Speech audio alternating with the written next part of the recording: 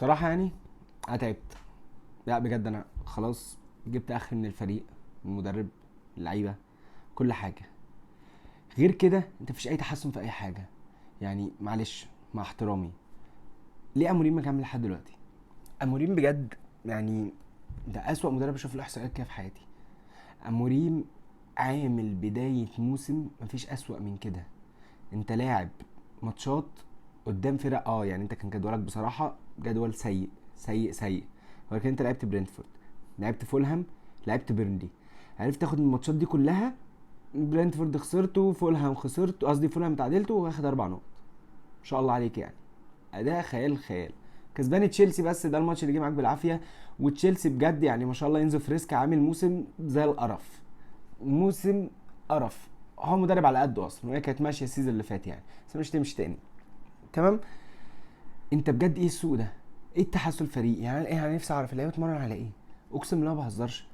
انا عارف في نقطه ان اللعيبه ما فيش تناغم، لسه السكواد كله ما كملش، لساندرو اصابته لما يرجع هيفرق طبعا، كل الكلام ده هيفرق، ولكن ها محصله هتكون ايه يعني؟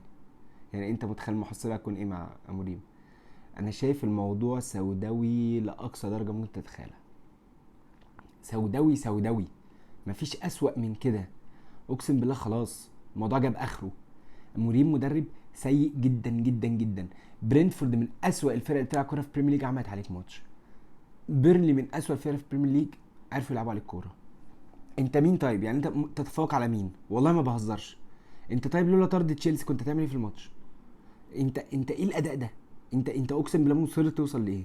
اختياراتك زي الخرا بجد. يعني انت النهارده فريق بيلعب قدامك مرتدات، وانت عارف ان لاعب مرتدات وانت بتلعب دفاع متقدم، طب لاعب مجرد الاخت يا راجل، ونتفاجئ ان ازاي بتعمل علينا مرتدات بقى، ويا لهوي واحنا بيتهاجم علينا، وازاي والله عامل ايه طيب.